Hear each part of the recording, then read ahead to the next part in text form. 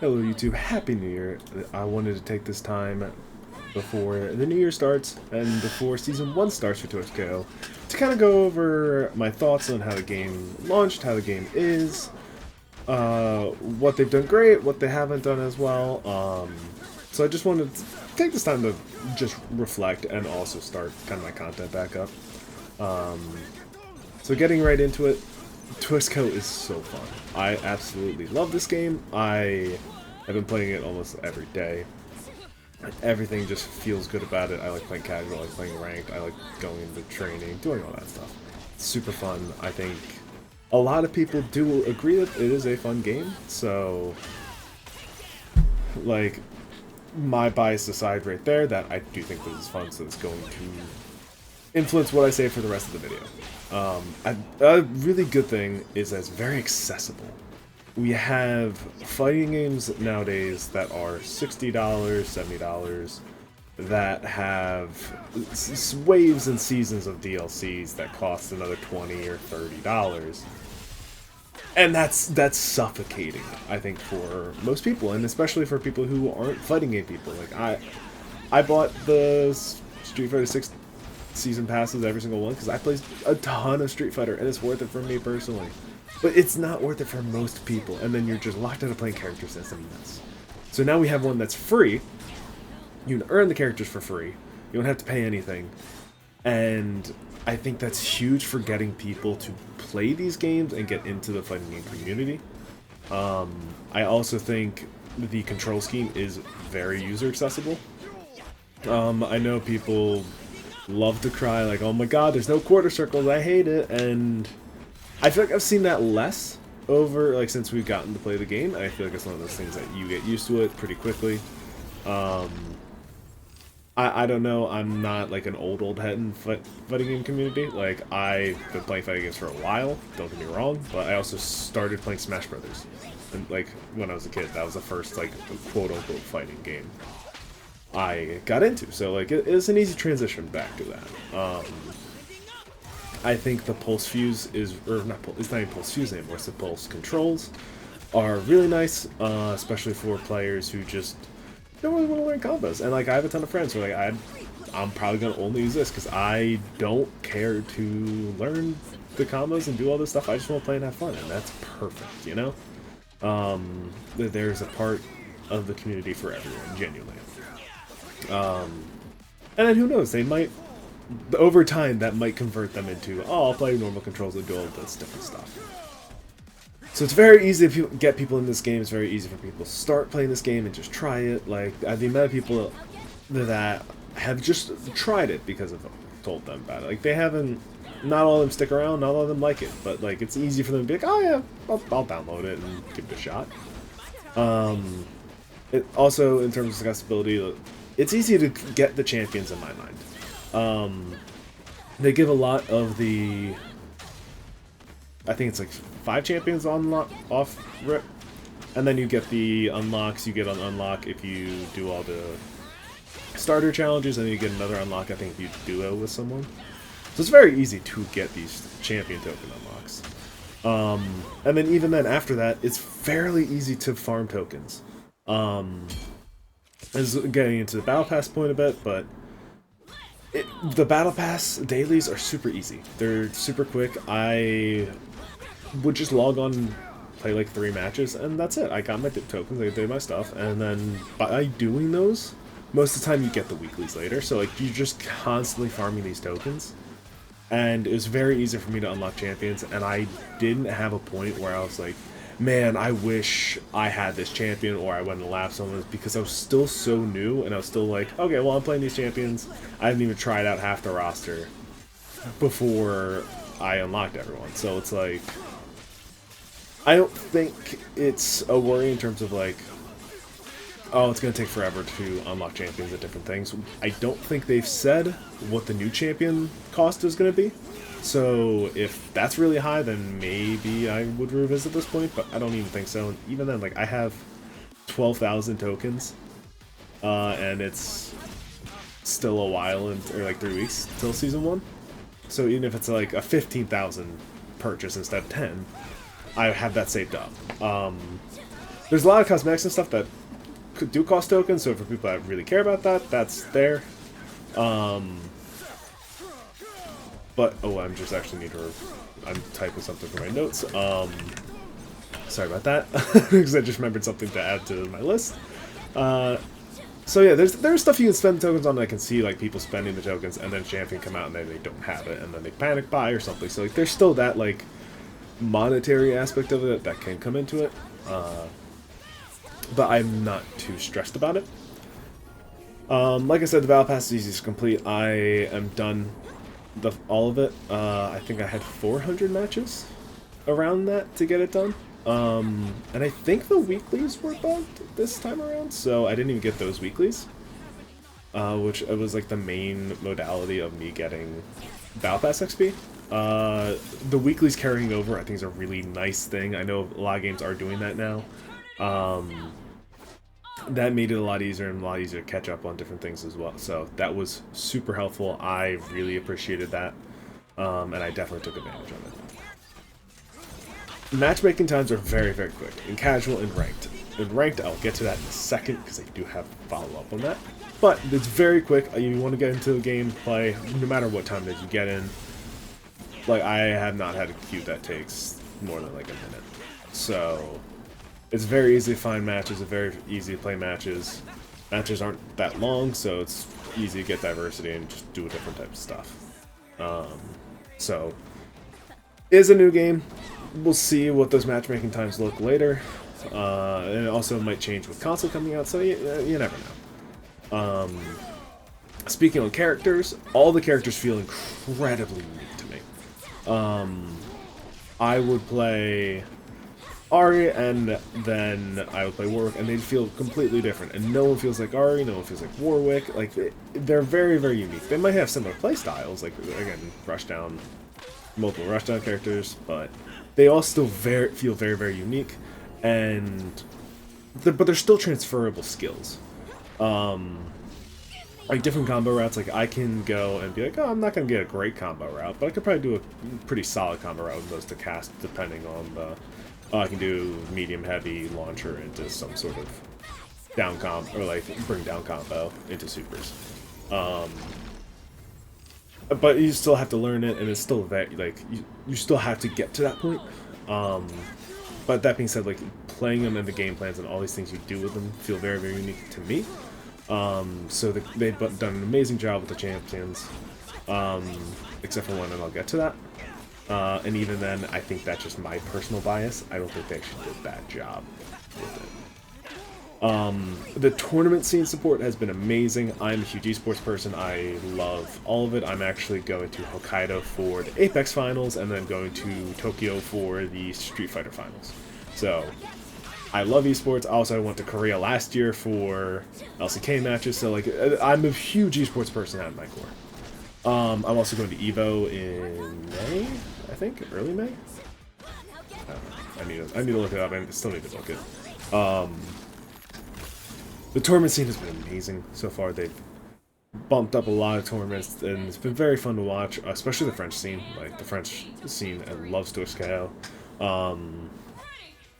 They have a lot of good players.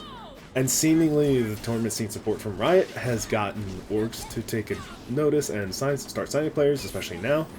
Gentlemates, I believe, signed... I think it was Wade. Or, oh my god. I'm probably messing that up. Editor a note later. I will correct myself if it wasn't Wade. Because I don't think it was. Oh my god, this is gonna bother me. But yeah, so, and then Hikari, I believe, got signed by M80. So there's more people coming in. There's always been, like, some established players that just moved over and still have sponsorship. Sonic Fox got signed by FlyQuest. FlyQuest has been in FGC already, so that's not a huge thing, but another Riot heavy focused org getting into Disco is very nice. So yeah, the fact that they did all the first stand stuff, and then for their tournament series that's going to be going on throughout the year, it's going to be really nice to see how, like, the major setup and like the like different tournaments leading up to said major. I was a little surprised that there wasn't any, like, oh, here's the championship, or like this is where all the major points go to.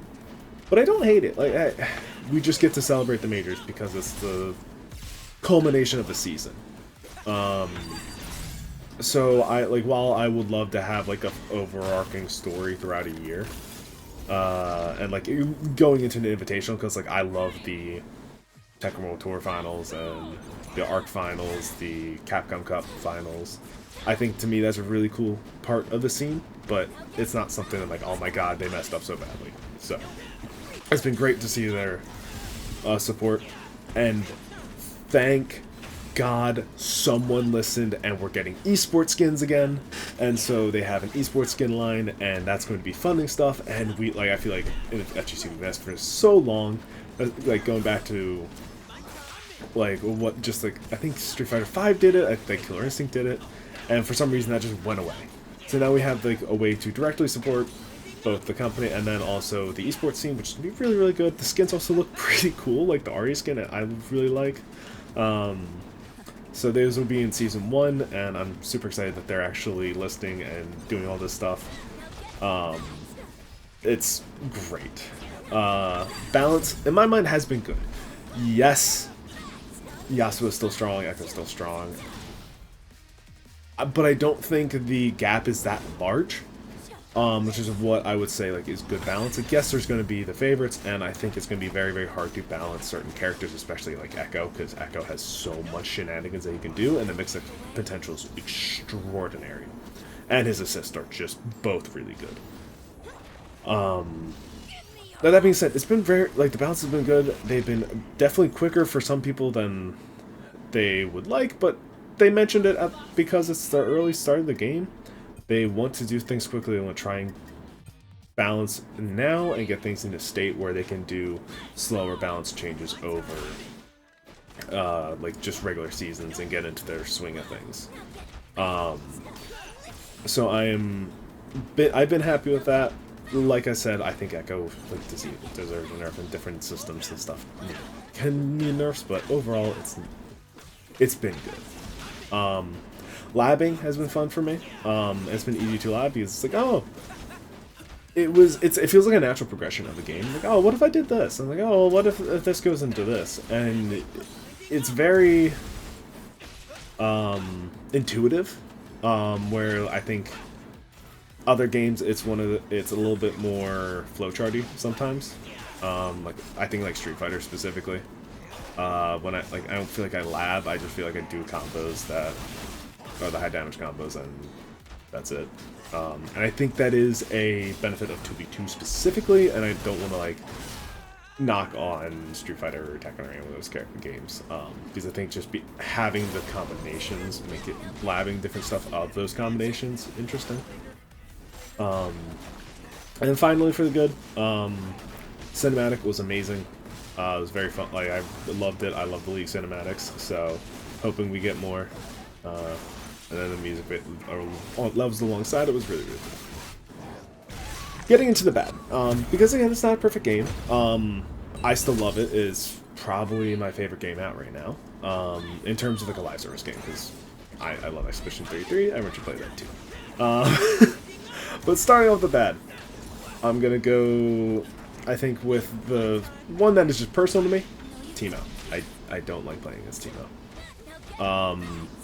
I still hate the choice because of, like, again, I'm a League player, so I think that might influence it, but, like, all the other characters I'm okay playing against. Yeah, they have their annoying and stuff, but like, Teemo's just, oh my god, it's so annoying. Like, the way that he plays is just, it's not very fun, at least to me.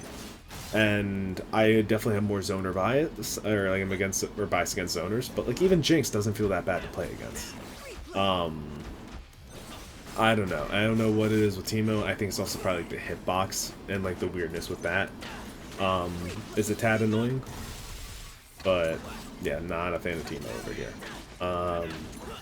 The big one, and I think the real concerning one, is Caitlyn being the Season 1 character. And I know they said that they had all this stuff done and planned out beforehand, and that there's going to be no arcane champions, and which is why it's not like everything's on fire the fact that they sent out the message that this is one of the last Arcane Champs for a while makes me happy. But I think this is like a deeper thing for me. It worries me because we have a case where I think they missed both boxes of characters, and maybe this is like a Riot pushing this, I don't know. But we had a set play zoner with Teemo that just came out, and again, we haven't seen Caitlyn, so I could be wrong in this, but I feel like she's going to be a zoner, and set play could make sense because of the traps. Like, that's one of the big things in League, so having another set play zoner right after we added a set play zoner doesn't feel good. And then, of the other character that was added for Season 0 was an Arcane character. So we have two characters from the same region, or a character from the same region, and a character that has the same playstyle. There we go. That we're now adding another one for. So that worries me a bit of like the diversity in the pick, like the what brought them to pick champions. And so we won't know if it's really a problem until Season 2 and 3. And like, I know this isn't just like, oh, I didn't get the character I wanted, because like, Set is the one I want the most. But yeah, it was probably, I would say, the worst possible pick you could have made. Because you could spin a lot of the other, almost any other character in a way. Like, I think maybe like Yumi would be the only one that I would just be like, this is as bad. So I have strong opinion on that, obviously, so correct me if I'm wrong in the comments and stuff if you disagree. And I want to get into one point that is also, it could be me in Japan specific and the servers and like the times I've been playing. The ranked matchmaking disparity is very, very large, and it gets very frustrating. I remember I had a session. I also want to preface, I am Masters right now. I probably should have said at the start, but when I was in Diamond 1, Diamond 2, I was consistently playing Grandmasters and Challengers and like High Masters, and I didn't understand it. Like, I won't be honest. Like, I feel like it's something to do with the trying to get quick matchmaking times. But it was very, very frustrating. And like, you don't lose. I think you lose like 3 MMR per loss when you lose to a challenger and stuff. So it's not like, it doesn't kill your rank, but like, I would be like dominating diamond players, and then I'm just stuck playing challengers, and I can't play anyone diamond, so I'm just like losing. I'll maybe win 1 or 2, which is a different, I think, issue. And so you get like a little bit of a boost, but it didn't feel good. And like, I like especially in like the casual mode, I love playing challenger people. In one of the matches I'll be shown, I'm playing Tuantaru, who won one of the first Impact events, and I forget the name, but he's ranked 41st. I was able to win those games. It's super fun. Like, you learn so much. There's different things they do, and you really get to like figure out what you do works and what doesn't work, and you get to work on defense, because I think that's a huge thing and a huge difference. Is like the offense and the layering of offense is so oppressive that your defense is very, very tested if you get on the back foot. So yeah, like I love playing those people. Just either put me in the rank that is with them, or don't give me them until I get there. Like, I can understand, like, if you're, oh, well, if you're Diamond, you get to play Masters and, like, Emeralds. But, like, going 2 tiers up, and, like, again, I'm playing, like, top 50 on the leaderboard sometimes, and I'm just like, why is this person, like, getting matched with me? And I doubt it's that much fun for them. So I think that could be a very big issue. Comments, please let me know if this is an issue in your region as well. It could be just a Japan thing, it could be a total thing overall. I feel like I remember seeing Maximilian Dude talk about something similar. So, Fury also feels very strong in terms of like battle mechanics. It I don't think it's oppressive, I don't think it's broken, I don't think it's a problem, but I do think it's a little overtuned, is the way I describe it. Because the amount of times that, like, and also, to me, it's like, whenever Fury happens, you just need to run away. Because the risk-reward of getting hit with Fury, it's like, okay, you either get a little bit of a combo, and because they have the damage reduction and stuff, it's not as bad, or you get exploded by a single combo. So it does. It's a little strong. I think it needs to be tuned down a little bit, but overall, I like the. I do love the idea of it. I want to make that clear. I also like the Fury baiting, so, and burst baiting, so. You know, it's one of those. It's like I said, overtuned, not a problem. I'm not a fan of the ranked lobbies. I don't like the arcade lobbies and stuff like that for a ranked mode. I think to me you want to have it be like a queue or like a training room matchmaking thing, which still isn't in the game, and I know they've talked about it, so like I'm not gonna harp on it, but I know I just want to have that be there because again, state of the game right now. But in terms of the ranked arcade lobbies, it creates like this like antagonistic environment. Because you're just in this like sitting in a lobby with people that you've either beaten or you're going to be playing and different things, and like it allows the weirdos to be weirdos, and I don't think it provides enough like wholesome great moments for ranked specifically. Like you can do that in casual mode, so I don't know. Like, I remember I had one time this guy had like really bad internet, and I just like I one and done because I'm like, hey, I don't really want to play someone on like 200 ping. That's not fun. And also, I don't have good internet here, so like my internet is not strong, and then I'm playing with someone with terrible internet. That's not fun. It's like follow me around. So why did you like rematch me and all this stuff? I'm like, bro, it's not that deep. Like, I don't know. I had also one guy like follow me around, like watching me play with people after I beat him, and like I ran into a challenger. He started trying to shit talk, and like. What? Like, come on, just play the game. I don't know. It just I think it breeds that like weird behavior, and it lets those people really show them being weird. So I think I'd just rather avoid that situation. But I actually like the arcade lobbies and casual. I think they're fun. I think they're good to challenge people, have in the lobby, and like it's encouraging because you see people be, oh well, I gotta do the fighting games and different things like that. So. I like it in casual, just not ranked. And I will wait until see, but the full ranked resets are a little concerning to me. Just because I don't know how the MMR will carry over, if at all. So hopefully it does carry over pretty well, and you can like go back up to where you were pretty close, or pretty quickly if you're playing. Like if it's something like League where they do, I'll be okay with it. But like if you're just if everything's getting reset and you have to just start from scratch, I don't like that for the like how often the seasons are going to be. Because I think they said like 5 seasons a year. So if it's like we're having 5 ranked resets every single time and no MMR resets, that could be a little tiring in terms of playing ranked. And then finally, I think mastery is a little bit steep. But I also would say it's not bad. Like this is just kind of like a middle thing to end it, because it's just for skin and stuff. But like I have 400 matches on Ari, and I'm like level 12 on mastery, and it's like and like again it's at 100, so it's like what? That's really crazy to me that like it's gonna take that long to get like the higher level masteries, but. You know, it's what it is. It's fun. Again, an extra mode, like, who cares?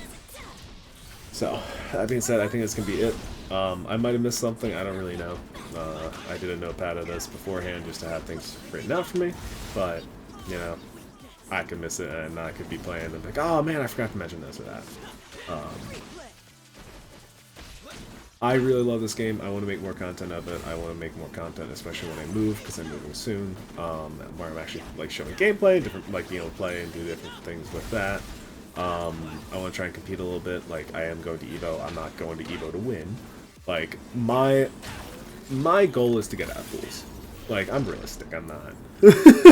Like I think it would be get out of pools like Toast KO and just like have fun in Street Fighter, because Japan and Street Fighter is crazy. So yeah, I want to do a lot more content around this game. It's been very fun. I want to do a lot more content in general, so please let me know what you guys want to see. Like, I'm going to be doing some more esports content, more like different things. I'll be doing some kind of vloggy stuff, probably like shorts when I go to Hokkaido on the ALGS.